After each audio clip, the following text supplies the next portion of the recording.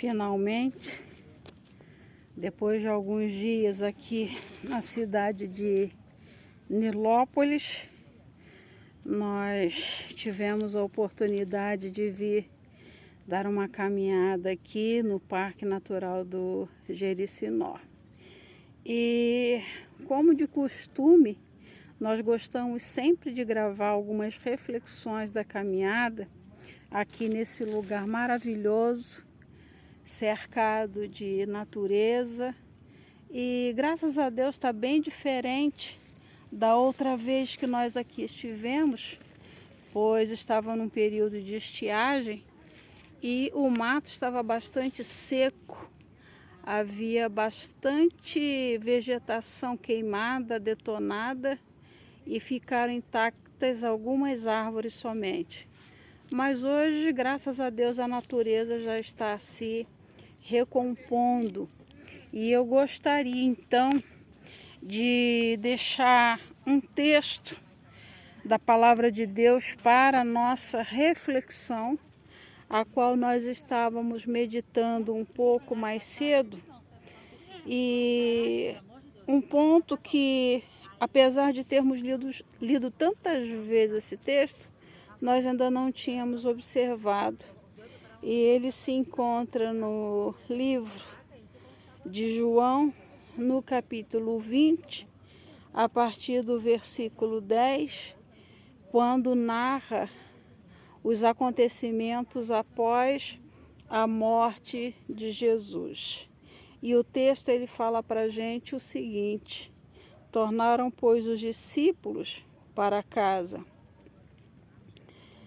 E Maria estava chorando fora, junto ao sepulcro, pois, chorando, abaixou-se para o sepulcro e viu 2 anjos vestidos de branco, assentados onde estivera o corpo de Jesus, um à cabeceira e outro ao pé. E esses anjos então disseram a Maria Madalena: mulher, por que choras? E ela lhes disse: porque levaram o meu Senhor e eu não sei onde o puseram. Interessante, depois nós leremos mais alguns versículos, mas é interessante notar aqui que os discípulos, os seguidores de Jesus, apesar de terem andado com ele durante 3 anos, apesar de terem ouvido da boca dele que tudo aquilo iria acontecer, que ele iria morrer e ressuscitar ao 3º dia, parece que no momento em que Jesus morreu, eles se esqueceram de todas as promessas. E isso também acontece com todos nós, porque a mente humana é muito falha. O esquecimento é algo normal de nós como seres humanos. Mas aqui, quando Maria ela comparece no sepulcro de Jesus, a Bíblia fala no versículo 1 que foi no 1º dia da semana, Maria Madalena foi ao sepulcro de madrugada, sendo ainda escuro, e viu a pedra tirada do sepulcro. No versículo 2, ela sai correndo e vai falar com Pedro e com o discípulo a quem Jesus amava. Levaram o Senhor do sepulcro e não sabemos onde o puseram. Então ela foi, viu esse fato, esse ocorrido, e saiu para falar com os outros discípulos de Jesus. Então discorre mais um texto aqui e fala que ela volta para lá com os outros discípulos de Jesus e ela começa a chorar. E de repente aparecem 2 homens, a Bíblia trata como homens, mas nós sabemos que ali eram 2 anjos. E ela não consegue nem identificar que o sobrenatural estava diante dos olhos dela.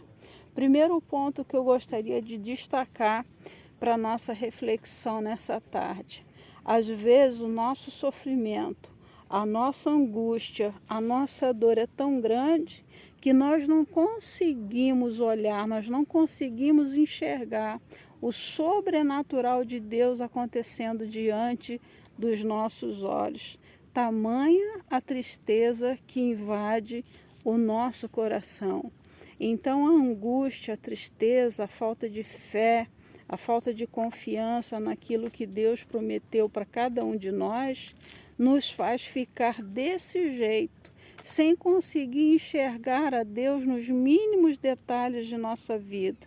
Então ela se dirige a estes dois homens, que na verdade eram dois anjos, e a primeira pergunta que ela faz: onde puseram o meu Senhor? E tendo dito isto, voltou-se para trás e viu Jesus em pé, mas não sabia que era Jesus. Outro ponto importante: quando nós estamos tomados por tanta agonia e angústia e incredulidade invade o nosso coração, nós não conseguimos ver Jesus diante de nós. Mas existe um ponto, e alguns estudiosos também falam sobre isso, que na verdade ela não reconheceu que ali era o próprio Jesus, porque ele aparece depois de ter ressuscitado num corpo de glória. Ele não apareceu mais num corpo normal, como seus discípulos estavam acostumados. Jesus apareceu num corpo glorificado. Então ela olha para Jesus e não consegue reconhecer Jesus. E assim também acontece muitas vezes quando acontecem os milagres, como Deus se manifesta diante de nós com milagres e maravilhas, e nós ficamos meio que atordoados, imaginando, não, isso não é possível, porque as coisas estavam tão difíceis. Havia sepultado o meu Senhor estava ali debaixo do sepulcro, e ela não consegue ver a manifestação do poder de Deus na vida de Jesus, mas de um Jesus ressurreto. E continua o texto. E disse-lhe então Jesus: mulher, por que choras? Quem buscas? E ela, cuidando que era o jardineiro, disse-lhe: Senhor, se tu o levaste, dize-me onde o puseste, e eu o levarei. Nós vemos aqui uma mulher que estava imbuída de um amor tão grande por Jesus, que estava preocupada do que fizeram, do que pudessem fazer com o corpo de Jesus, e achando que tinham roubado o corpo dele, queria saber onde tinham colocado para que ela pudesse levar e cuidar do corpo. E era muito grande o amor dela por Jesus. Um ponto interessante também nesse texto é que nós não vemos os discípulos Pedro, João ou qualquer um outro demonstrando tanto amor por Jesus. E se nós olharmos na história, nós vamos perceber que Maria Madalena foi uma pessoa muito amada e perdoada por Jesus. Então, a quem muito é perdoado, a pessoa muito ama. E foi pelo perdão que ela havia recebido de Jesus que se manifestou esse amor, porque Jesus aceitou do jeito que ela era. E então tinha esse amor tão grande a ponto de querer cuidar do corpo de Jesus, não acreditando, né, que ele havia cumprido a sua promessa, não acreditando naquilo que ele mesmo tinha dito, que era necessário que ele sofresse, mas que ele iria ressuscitar. O sofrimento não deixava, mas mesmo ela passando por tanto sofrimento, o seu amor era muito verdadeiro e o seu amor era muito real, pois ela queria então o corpo de Jesus para poder cuidar dele. Então Jesus disse-lhe, Maria, e ela voltando disse-lhe, Rabone, que quer dizer mestre. O interessante aqui é que até esse momento ela ainda não havia reconhecido que era o próprio Jesus, mas quando Jesus a chama pelo nome e ela fala, mestre, e ela ficou ali assustada quando Jesus a chamou pelo nome. Às vezes nós estamos mergulhados em problemas, em dificuldades e amarguras da nossa alma, mas quando Jesus nos chama pelo nome, é impossível nós não escutarmos e nós não reconhecermos a voz do Mestre.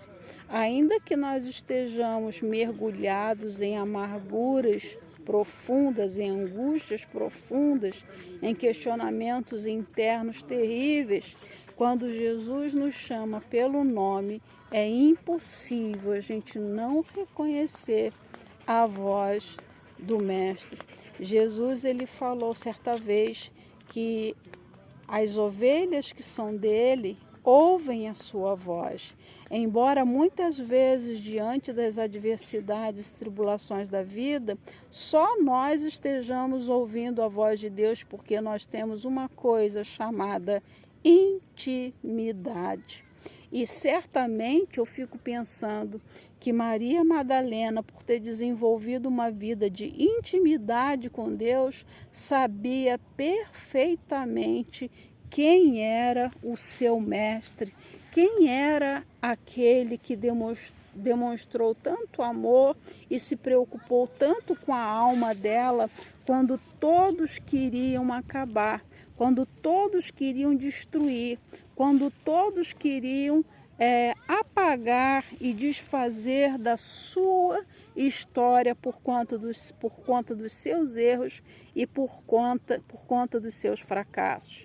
Quando ele chama Maria, quando ele a chama pelo nome, eu fico pensando que muitas vezes nós achamos que estamos sozinhos, que as pessoas nos abandonaram, mas a verdade é que Deus é aquele que nos chama pelo nome e Ele sabe o nome de cada um de nós, sabe o nome, sabe o sobrenome, Ele sabe onde nós moramos, Ele sabe tudo aquilo que nós passamos.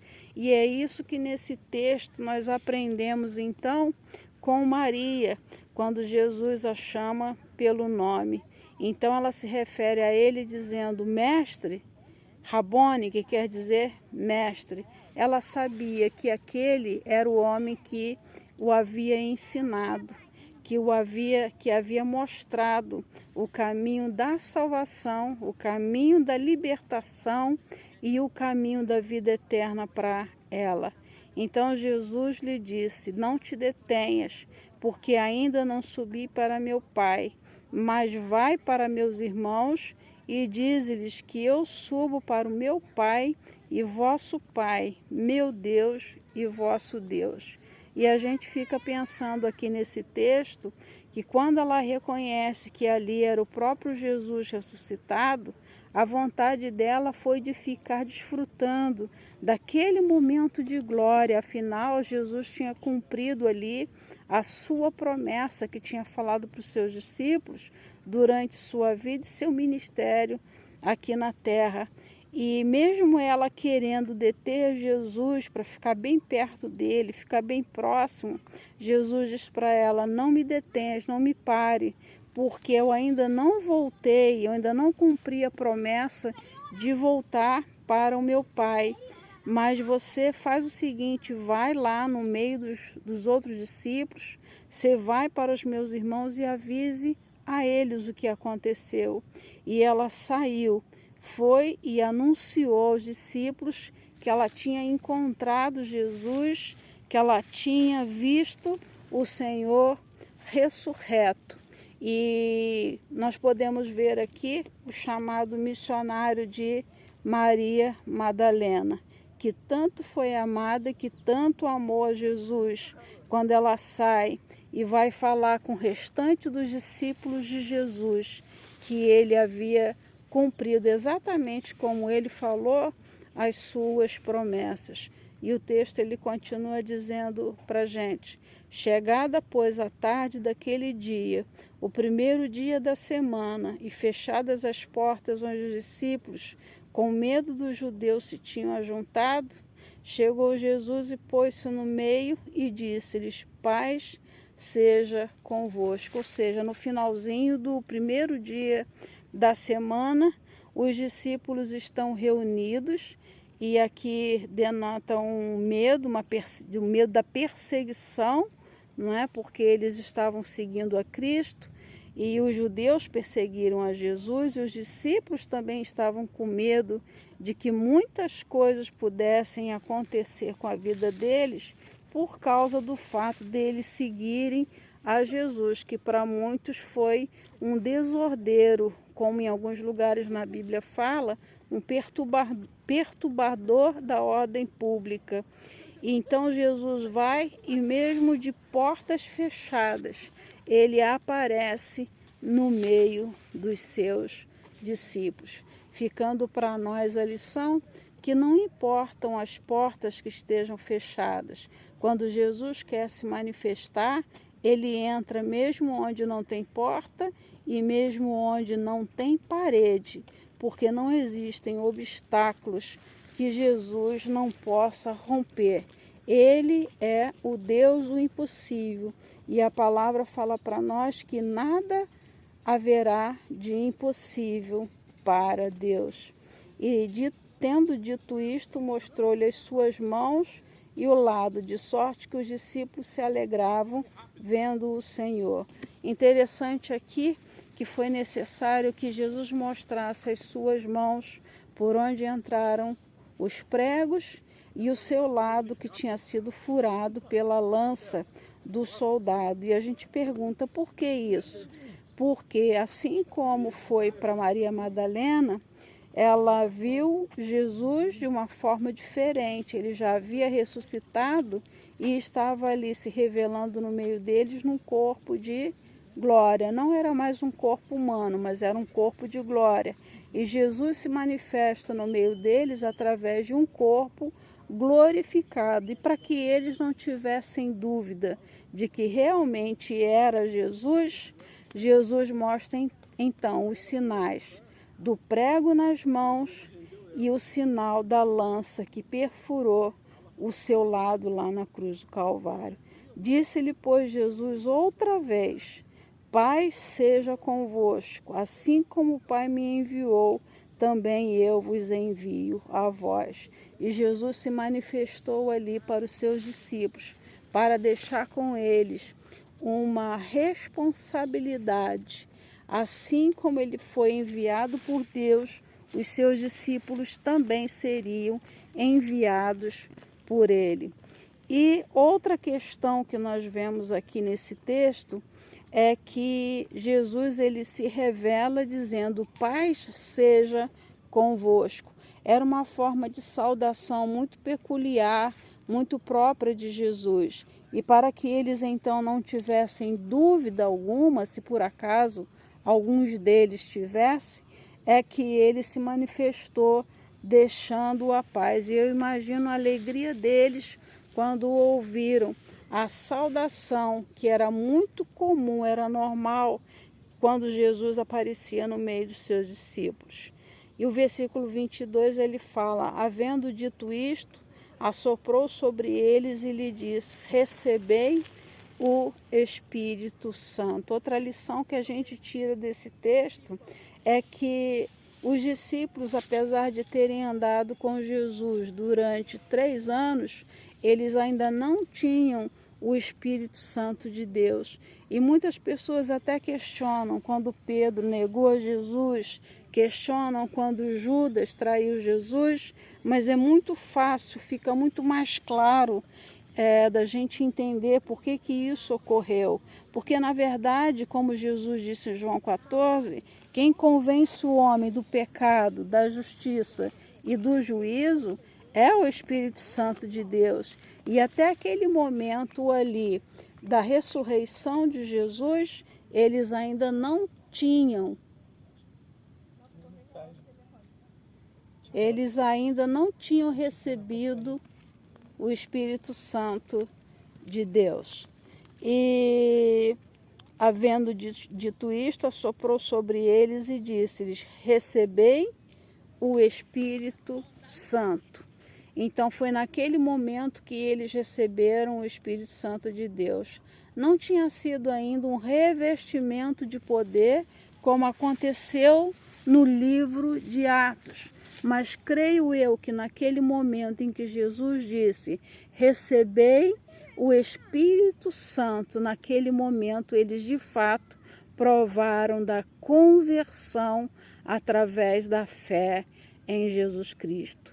Por isso aconteceram tantas dúvidas, mesmo Jesus tendo falado para eles de tudo o que iria acontecer. Sem o Espírito Santo de Deus, não existe como nós acreditarmos nas promessas de Deus. Não existe mudança de vida, não existe mudança de caráter, não existe novo nascimento se a pessoa não tiver recebido o Espírito Santo de Deus. Por isso eles tinham ficado tão assustados com o fato de verem o sepulcro, o lugar onde Jesus havia sido sepultado, vazio. Jesus não estava ali, porque ele tinha ressuscitado. Mas o que de fato os convenceu de tudo que Jesus havia prometido foi a presença do Espírito Santo. E um pouquinho mais à frente, Jesus fala algo maravilhoso, que é o que mais me chamou a atenção nesse texto.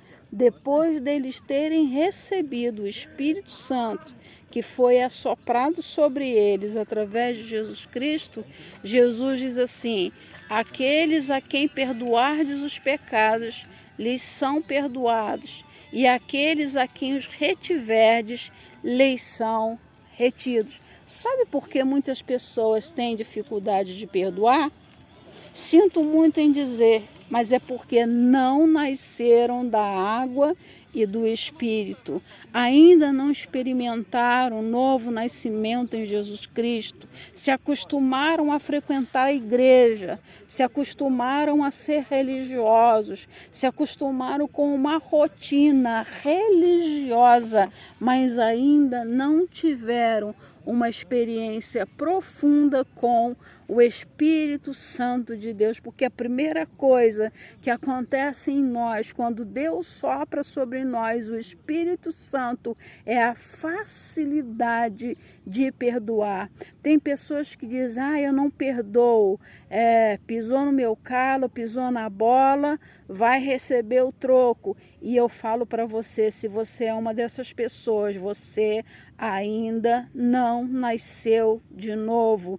Você pode ter sido batizado na igreja, você pode ter um conhecimento bíblico superficial e humano, porque é bem capaz que muitas pessoas conheçam a Cristo somente por aquilo que leem, somente por aquilo que ouvem, mas não conhecem a Cristo de andar com Ele. Porque quem anda com Jesus, quem vive de fato na presença de Jesus, tem o Espírito Santo de Deus habitando em si. Então é fácil não deixar que as mágoas, não deixar que aquilo que as pessoas nos fazem de ruim fiquem consumindo e corroendo o nosso coração. Nós vemos aqui Maria Madalena, os discípulos chegando no sepulcro, e eu imagino a mágoa que eles estavam nutrindo ali por causa dos soldados terem matado o seu mestre, por causa dos soldados terem matado o seu Senhor, e a falta de esperança que Maria demonstrou a ponto de querer saber onde estava o corpo para que ela cuidasse. Ela ainda não tinha nascido de novo. Fato que explica Pedro ter negado a Jesus 3 vezes. Fato que explica Judas ter vendido a Jesus. Porque quando uma pessoa não tem o Espírito Santo dentro de si, facilmente ela vai negar a Jesus. Facilmente ela vai vender Jesus por 30 moedas de prata, porque nela não habita ainda o Espírito Santo de Deus. Nós vemos que Pedro, depois, ao receber o Espírito Santo, ele se transforma num grande pregador, num grande homem usado por Deus no livro de Atos, no capítulo 2 e 3. Poderia ter acontecido o mesmo com Judas, mas não foi assim, porque Judas sequer esperou as coisas acontecerem, porque se ele esperasse mais um pouco, ele também haveria de ter experimentado a presença do Espírito Santo de Deus. Eu vejo pessoas adoecendo por falta de perdão, eu vejo pessoas tendo doenças, eu vejo pessoas morrendo com falta de perdão, e teve uma pessoa em nossa vida a qual Deus permitiu que nós estivéssemos com ela até os seus últimos minutos de vida aqui na face da terra, para que ela não levasse para o túmulo uma pessoa que ela guardava simplesmente por raiva, por mágoa e por não ter sabido durante a vida digerir aquele sentimento que lhe fazia tão mal.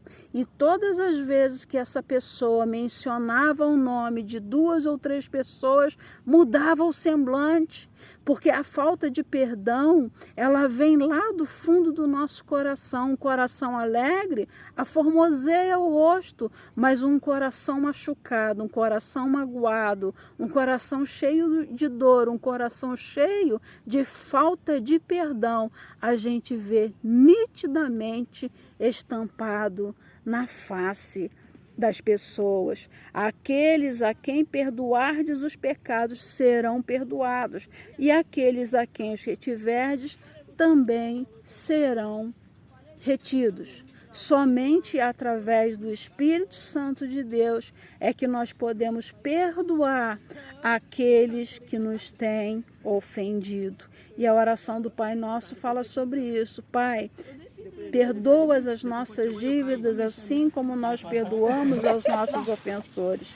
Se nós não perdoamos aquele que nos ofende, com certeza Deus também vai reter o nosso perdão, e nós vamos viver uma vida de incredulidade, uma vida de amargura, uma vida de tristeza, uma vida de solidão e uma vida de tantos outros sentimentos ruins. Então tem uma pessoa que fala sobre o perdão e ela disse: eu perdoo porque eu sou inteligente. E eu digo para vocês não fazem ideia do que é ver uma pessoa agonizando nos seus últimos dias de vida, tendo pessoas aprisionadas dentro de si, porque quando nós não perdoamos, nós aprisionamos as pessoas dentro de nós, nós ficamos com as pessoas presas dentro de nós. Um outro texto, Jesus fala que quando a pessoa não perdoa, ela é entregue a verdugos, a atormentadores. Muitas pessoas com falta de perdão não conseguem dormir, não conseguem se alimentar, estão em depressão porque estão aprisionando uma pessoa dentro do seu coração. Mas a partir do momento que nós perdoamos, nós ficamos livres de todos os atormentadores, de todos os demônios que ficam nos perdoando e nos acusando dia e noite. Quando nós chegamos com o coração sincero, com o coração contrito e quebrantado diante de Deus, Ele nos perdoa se formos nós quem tivermos ofendidos, mas Ele também nos dá condição de nós liberarmos perdão sobre a vida das pessoas. E para terminar, eu digo para vocês, a falta de perdão traz derrota para as nossas vidas. A falta de perdão faz com que a gente vá perdendo pequenas batalhas e até grandes batalhas nós perdemos porque nós estamos ignorando os ardis, as artimanhas, as armas que Satanás usa para destruir os servos de Deus. E a falta de perdão é uma dessas armas que nos impedem de chegar a Deus com ousadia no trono da graça, para que Deus possa então ouvir as nossas orações e atender o desejo das nossas orações. E eu deixo aqui para concluir um versículo da palavra de Deus registrado no livro de 2 Coríntios, no capítulo 2, versículo 10 e 11. E diz assim, 10 e 11, vamos ler um pouquinho antes, a partir do versículo 8. Por isso vos rogo que confirmeis para com ele o vosso amor. E para isso vos escrevi também, para que por esta prova saber se sois obedientes em tudo. É pelo amor e pela liberação do perdão que Deus prova a nossa obediência a Ele. E a quem perdoardes alguma coisa, também eu, porque eu também perdoei, se é que tenho perdoado, por amor de vós o fiz na presença de Cristo, para que não sejamos vencidos por Satanás, porque não ignoramos os seus ardis. Talvez você esteja passando por uma derrota atrás da outra. Talvez você esteja experimentando dores e tormentas, simplesmente por falta de perdão. E perdoar não é um sentimento, perdoar é uma decisão. Deus, ele não diz que nós devemos sentir o desejo de perdoar, mas Deus diz que nós devemos... Ele é perturbado, né? Ai, ai, passou um cachorro aqui e veio brincar com o nosso celular. Desculpem aí. Mas nós devemos perdoar para que nós não sejamos vencidos pelo maligno. Se nós perdoamos, é porque nós entendemos que perdoar é o segredo da nossa vitória. Que Deus te abençoe, que Deus te guarde e que o Espírito Santo de Deus, porque é só através do Espírito Santo de Deus, você possa perdoar, ser perdoado e liberar perdão sobre a vida das pessoas que estão aprisionadas dentro do seu coração. Não vale a pena ficar sofrendo nem aprisionando as pessoas dentro de si. E muitas vezes quem precisa ser perdoado somos nós mesmos por coisas que nós fizemos e que não conseguimos digerir. E por isso também nós vamos sofrendo derrota após derrota. É necessário que a gente libere a nós mesmos e que nós liberemos as pessoas que estão presas dentro do nosso coração. Que Deus te abençoe em nome de Jesus.